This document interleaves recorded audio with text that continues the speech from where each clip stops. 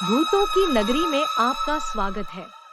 डायन का घर भाग 1। सोमपुर नाम के शहर में नीलेश नाम का एक व्यक्ति अपनी बीवी रीमा और 2 बच्चे बबीता और बबलू के साथ रहता था। नीलेश एक कंपनी में चपरासी का काम करता था, लेकिन एक दिन क्या हुआ कि नीलेश जिस कंपनी में काम करता था उस कंपनी के मालिक की हार्ट अटैक आने की वजह से मौत हो गई और उनके बाद वह कंपनी संभालने के लिए कोई नहीं था, इसलिए वह कंपनी बंद हो जाती है और नीलेश का काम चला जाता है। इतने साल काम करने से नीलेश के पास जितनी जमा पूंजी थी उसमें से ही अब नीलेश का घर चलता था, लेकिन वह भी अब खत्म होने को आया। तो रीमा, मेरी जितनी जमा पूंजी थी वह खत्म होने को आई है और मुझे दूसरा कोई काम भी नहीं मिल रहा है। अब मेरी समझ में ही नहीं आ रहा है कि मैं क्या करूं। 2-4 दिन देखते हैं, नहीं तो मैं इधर उधर जाकर किसी के घर उनका काम करने जाती हूँ। नीलेश को रीमा की बात बुरी लगती है और मैं अभी जिंदा हूँ रीमा। मैं जब तक हूँ तब तक तुम्हें किसी के घर जाकर काम करने की जरूरत नहीं है।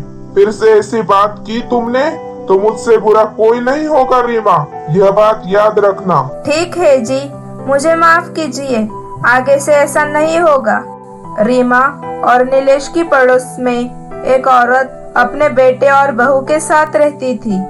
नीलेश इतनी जोर से रीमा पर चिल्ला रहा था कि उसने नीलेश की सारी बातें सुन ली थी और अगले दिन नीलेश काम की तलाश में जब बाहर जाता है तो वह औरत रीमा से मिलने आती है और रीमा, क्या हुआ बेटा, तुम बहुत परेशान दिख रही हो।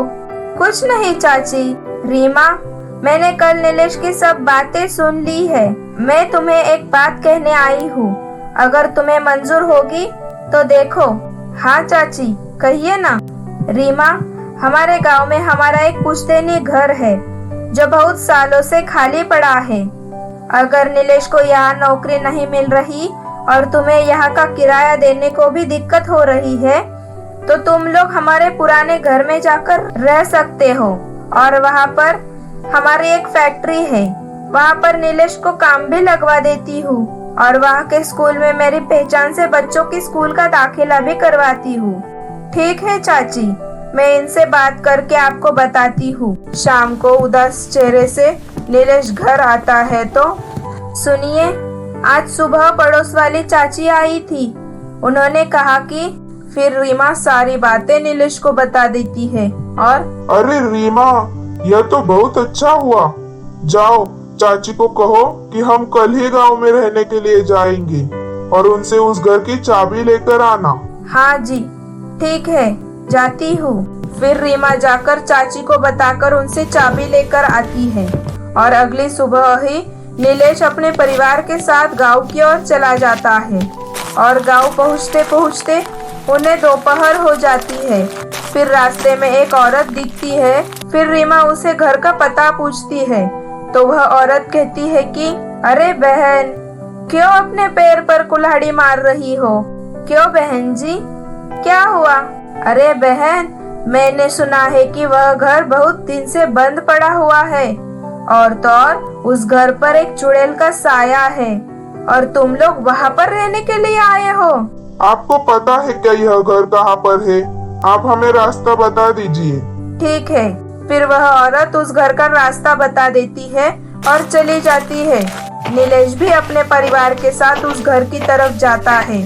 फिर उन्हें वह घर दिखता है। सुनिए, यह घर बहुत दिन से बंद पड़ा हुआ दिख रहा है और उस औरत ने कहा कि इस घर में चुड़ैल का साया है। हम वापस शहर चलते हैं। मैं मेरे परिवार को किसी परेशानी में नहीं देखना चाहती। रीमा, पागलों जैसी बातें मत करो बच्चों के सामने। पढ़ी लिखी होने के बावजूद तुम इन सब बातों पर विश्वास रखती हो? चुपचाप अंदर चलो। फिर वह सब लोग अंदर जाते हैं। माँ, यह घर बहुत डरावना दिख रहा है। हाँ दीदी, यह घर डरावना दिखेगा ही ना। मतलब? अरे दीदी, इस घर में चुड़ैल जो रहती है ना। ऐसा कहकर बबलू भाग जाता है। फिर बबीता भी उसके पीछे भागती है तो बबलू को रोने की आवाज आने लगती है, इसलिए बबलू डरकर वहाँ पर ही रुक जाता है। इतने में बबीता वहाँ पर आती है। दीदी, यहाँ पर अभी रोने की आवाज आ रही थी। तू चुप रहेगा या मेरे हाथ से मार खाएगा? नहीं दीदी, मैं अभी सच कर रहा हूँ, मैं मजाक नहीं कर रहा। बबलू, तू चल यहाँ से, कुछ भी उल्टा सीधा बोल रहा है। फिर वह दोनों वहाँ से चले जाते हैं। वह सब लोग सुबह से भूखे थे, इसलिए नीलेश दुकान जाकर राशन का सामान लेकर आता है और फिर रीमा खाना बनाती है। फिर वह सब लोग पेट भर के खाना खाते हैं और सो जाते हैं। लेकिन क्या, बबलू को फिर से किसी के रोने की आवाज आने लगती है और दीदी उठो ना दीदी, देखो ना, किसी के रोने की आवाज आ रही है। अरे बबलू, सो जाओ चुपचाप, नहीं तो मार खाएगा तू।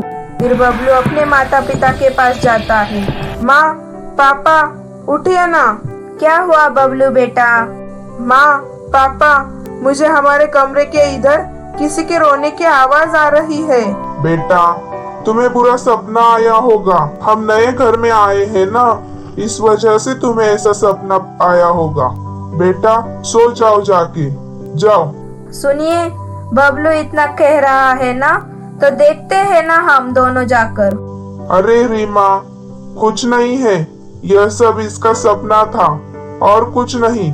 सो जाओ तुम भी, मुझे कल सुबह फैक्ट्री भी तो जाना है काम के सिलसिले में। सो जाओ तुम भी और मुझे भी सोने दो।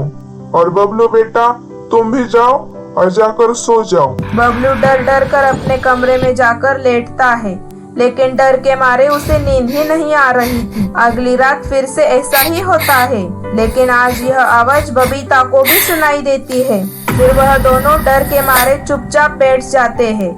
लेकिन एक रात बबलू हिम्मत करके देखने जाता है कि यह आवाज आखिरकार कहाँ से आ रही है। उतने में बबीता भी उठ जाती है, तो बबलू अपने जगह पर नहीं था। बबीता भी बबलू को ढूंढने के लिए चली जाती है और उन्हें एक बंद कमरा दिखता है जिसे बहुत बड़ा ताला लगा हुआ था। फिर बबलू वह ताला तोड़ देता है और बबीता उस कमरे में जाती है और उसके पीछे पीछे बबलू भी जाता है, तो वह कमरा खाली था, वहाँ पर कोई नहीं था। वह दोनों फिर से अपने कमरे में आकर चुपचाप पड़े रहते हैं, लेकिन डर के मारे उन दोनों को नींद ही नहीं आती। अगले दिन बबीता सुबह उठती नहीं, इसलिए रीमा उसके कमरे में आती है। तो क्या बबीता को बुखार आया था? फिर रीमा नीलेश को कहती है कि सुनिए, बबीता को तेज बुखार आया है, हमें डॉक्टर को बुलाना चाहिए। यह गांव है रीमा, यहाँ पर डॉक्टर नहीं होते। रुको, मैं गांव के वैद्य जी को बुलाता हूँ। नीलेश जाकर गांव के वैद्य जी को लेकर आता है। वैद्य जी बबीता को दवाई देते हैं, लेकिन बाहर आकर कहते हैं कि सुनो बेटा, यह बुखार कोई मामूली बुखार नहीं है। यह सिर्फ मेरी दवा से ठीक होने वाला नहीं है। तुम अपनी बेटी को गांव के मंदिर में पंडित जी के पास लेकर जाना, वह अपने आप समझ जाएंगे और इस पर इलाज करेंगे। ये क्या कह रहे हैं आप वैद्य जी? आप वैद्य है ना, तो पंडित जी कैसे मेरी बेटी का इलाज करेंगे? अगर तुम्हें अपनी बेटी जिंदा और सही सलामत चाहिए होगी तो तुम्हें यह करना होगा। ऐसा कहकर वैद्य जी वहाँ से चले जाते हैं, लेकिन नीलेश को वैद्य जी की बात पर बिल्कुल भी विश्वास नहीं था। लेकिन रीमा को वैद्य जी की बातें सच लग रही थी। रीमा जैसे तैसे करके नीलेश को समझाती है और मंदिर जाने के लिए तैयार करती है। फिर वह पूरा परिवार मंदिर जाता है और क्या, बबीता की आंखें लाल हो गई थी और वह मंदिर के बाहर ही रुक जाती है और बबीता बेटा, चलो अंदर। मुझे नहीं जाना अंदर, तुझे जाना है तो तू जा। बबीता, अपनी माँ से किस तरह से बात कर रही हो तुम? तुम्हारा दिमाग तो ठीक है ना? ए चुप, मुझसे ऊंची आवाज में बात मत कर, नहीं तो इसका अंजाम बहुत बुरा होगा। आगे क्या होता है यह जानने के लिए देखिए इस कहानी का दूसरा भाग जल्द ही। कैसी लगी आपको यह कहानी? ऐसी डरावनी कहानी सुनने के लिए please like, share and subscribe.